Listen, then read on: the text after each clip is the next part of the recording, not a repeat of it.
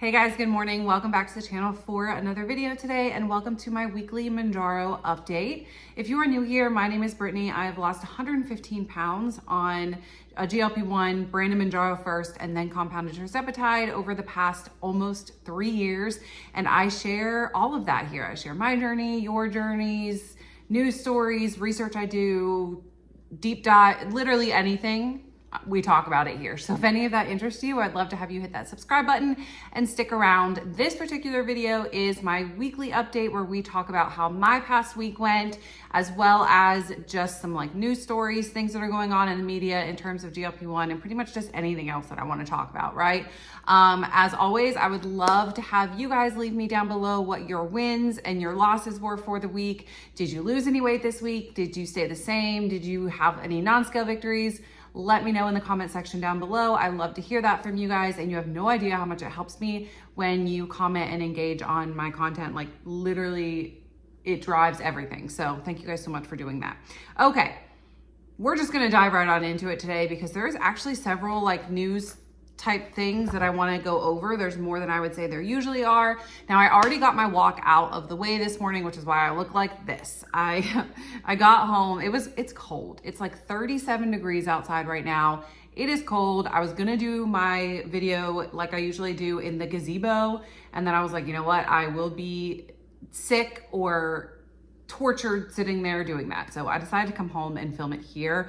So I like pulled my hair down and tried to make myself look presentable, but you know, that doesn't really matter, I guess. So I already got my walk out of the way today, and I walked 8,000-ish steps. It was like 8,100 or whatever. And I probably will walk again this evening when I take my daughter to swim practice. So hopefully I'll finish off the 10,000 or whatever later this evening, because I got a lot of work to do during the day today. So I'm not sure how much more movement I'll get in during the day. But as far as last week goes, my weigh-in last week was 142.6 pounds.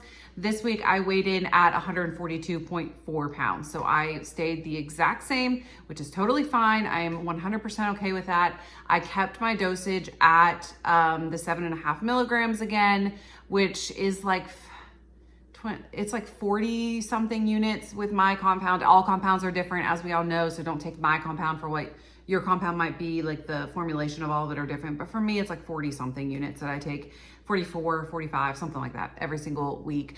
And I'm feeling good on that. Now, I've been mulling over something recently. I had a commenter say that they had seen a lot of other creators that have been talking about how, 2+ years into it, they aren't getting the same like appetite suppression anymore. And they're noticing that they're having to work harder to keep the weight off and all of that. And so I've been mulling over that the past couple of weeks. I'm like, is this something that I am noticing or that I'm feeling?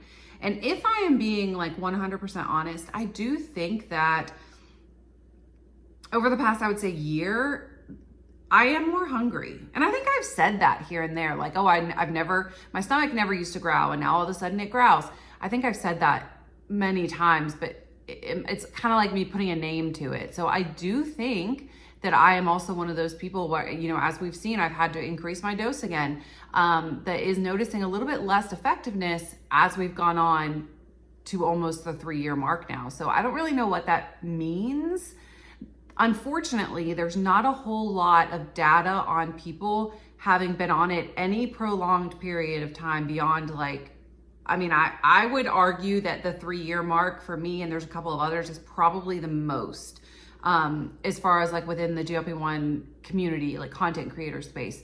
So we don't really know what is happening beyond that mark. And so I think it's going to be interesting to see how this goes on, but it is something that I am taking note of now. And I want to be a little bit more aware of. I do notice more hunger, and I do notice that I will want things again, right? So like I talked a couple weeks ago about candy. Like I will every once in a while walk past a piece of candy and be like, oh, I kind of want that. Whereas before that was never a thing that I did. So increasing my dose back to 7.5 did help that. And this is a time where I'm very thankful that I never maxed my dosage out. Like I wasn't trying to maintain on 15 milligrams, which I know everybody has to do what's right for them, and it's different for everybody. But for me personally, now I'm like, okay, well, I'm only at 7.5 right now. So I have literally half the doses left to go if I need to continue moving up or whatever. So I don't know. That's just a thought I had.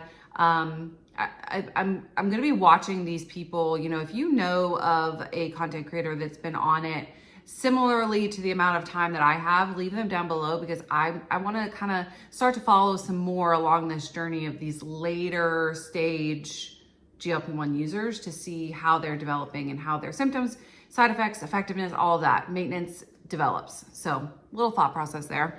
As far as my goals, last week I had the goal of walking 4 times. I did that. Thankfully, my kids were off school most of the week last week. And so I thought it was going to be something that I struggled with, and it wasn't. I ended up getting all of my walks in. One thing that I am really struggling with right now is water. And I know what water does for me. I know how good I feel when I drink it, but I've not been drinking it. And so that's something that I really want to work on this week, as well as keeping my fiber intake higher. That again is something, my struggle right now and will be like throughout the winter, is that berries aren't as in season anymore. And I would say they were 100% my biggest source of fiber was berries. And so I need to find some kind of replacement for that. I am not a big like fiber supplement lover. It usually makes my stomach hurt. So if you have any ideas for that, again, let me know.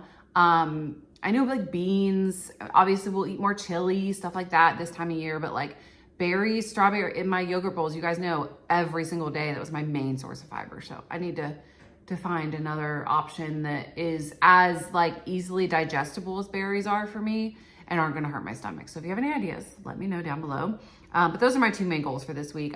Is try to figure out the fiber thing and to get more on track with my water. I've gotten in a bad habit of going and getting coffee or getting, which I said I wasn't going to do, or getting, not necessarily coffee, more so it's like the green tea refresher that I get from Dunkin'. And then I drink all that all day, and I know it counts, but it's green tea, it's not water. And so I need to drink more water. So anyway, those are my goals for the week. I want to know what yours are.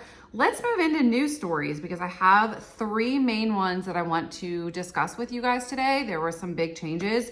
So the big one over the weekend that broke was actually about Novo Nordisk. So they are actually have been, according to the administration, in discussions with the administration to lower the pricing of GLP-1s, or as Trump calls it, the fat shot. I really think he does that in a way to distinguish between Ozempic and Wegovy, because he said Ozempic first and then he was like, oh, the fat shot. But it's just so like insensitive, right? So anyway, I think that's why he does it. You know, sometimes you gotta, the person who says dumb crap, sometimes you gotta get inside the brain of them and think, oh, maybe that's not really what they mean. Sometimes it is, but sometimes it's not. So anyway, they're lowering the price, hopefully. And he said that the price could be as low as $150 per month. That's according to Reuters. They're the one that broke the news story. And he also says that he expects negotiations to be swift and this to be a quick change. One thing that I think would be really good for Novo, right? Because they've sort of been in the hot seat recently with all the stuff going on with their stock plummeting, with them laying off a bunch of people, with Wegovy, Ozempic just not doing as well as projected. They've been in sort of the hot seat lately. And so this could be really good for them in terms of like saving face with the public, because Lilly has been so reluctant to do so, to try and please the public in any way. So if Novo is able to come to an agreement and do this, then this could look very good for their public status. And then more people might want to go to them. And obviously $150 a month, who's gonna, you know, if you're somebody who's never been on a GLP-1 and you have the option to take either or at $349 a month through Lilly Direct for the low dosage, or $150 a month, why would you not try that first and see if it works? You know what I mean? So I think this could be really good for them. We'll see how that unfolds within the coming days. Number 2, the FDA has sent warning letters to 6 different companies that are currently selling compounded retatrutide. So y'all, it is not FDA approved yet for weight loss or for anything in any category. And so therefore these compounding pharmacies and the companies selling it are truly doing so illegally. So the FDA has sent out warning letters. Now, this is different than like the gray market, right? The gray market are people that are buying the powder peptide and they're they're being a pharmacist in their house, right? Those people that are doing that.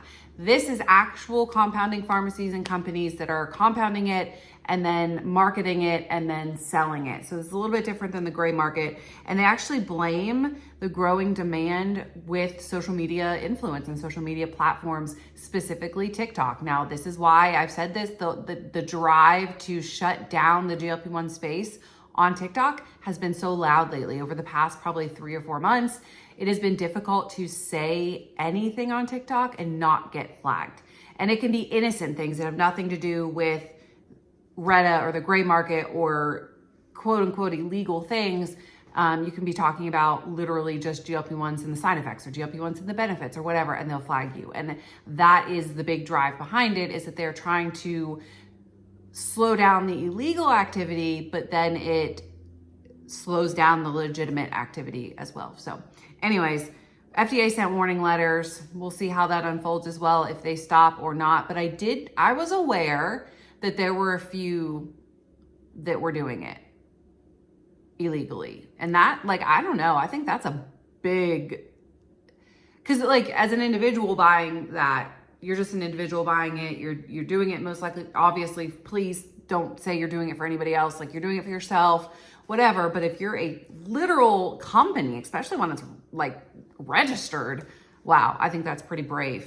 But anyway, we'll see how that unfolds. And number 3, this one's interesting. So there's a new study that coins the term Ozempic sober. Now, this is not Ozempic sober in the way that it's been presented previously, where like GLP-1s just reduce the need or the want to drink, and so people are drinking less, the whole addiction centers thing. That's not what this is talking about. This is actually talking about how it's taking longer for people when they drink to feel the effects of the alcohol. Therefore, they're drinking a lot more than they would otherwise to feel the same effect. And then they're getting more drunk, more wasted. And then obviously that could lead to potentially dangerous side effects. So the thought process is that because digestion is slowed down, it all makes sense that digestion is slowed down. It takes longer to get to the liver, and then it takes longer to get everywhere else in your body and to give you the feeling of feeling drunk. And so people are consuming a lot more. So it's like you have this one group of people that are like, oh, we don't drink anything. And then this other group of people that are like, oh, well, now I can't get a buzz. And so they drink more and more and more. So it's interesting, right? What it can do in the body in 2 totally different ways. So yeah, I thought that was an interesting little thing. And the coin Ozempic sober is something different than what we thought, or 2 things can be true. It's both things, but that it's also having this effect on people is interesting as well. And again, can't wait to see how that unfolds. If there are any other news stories that you have heard about, or any other notable things that you want to talk about, I did see as well the article that my Melissa from Chasing Sunshine, who admins my Facebook group, she sent an article over there talking about the lead that has been found in protein powders and protein drinks. That's kind of scary. Maybe just another reason to add to the list of why I don't really like them. I don't know. But yeah, there's lots of things developing and going on.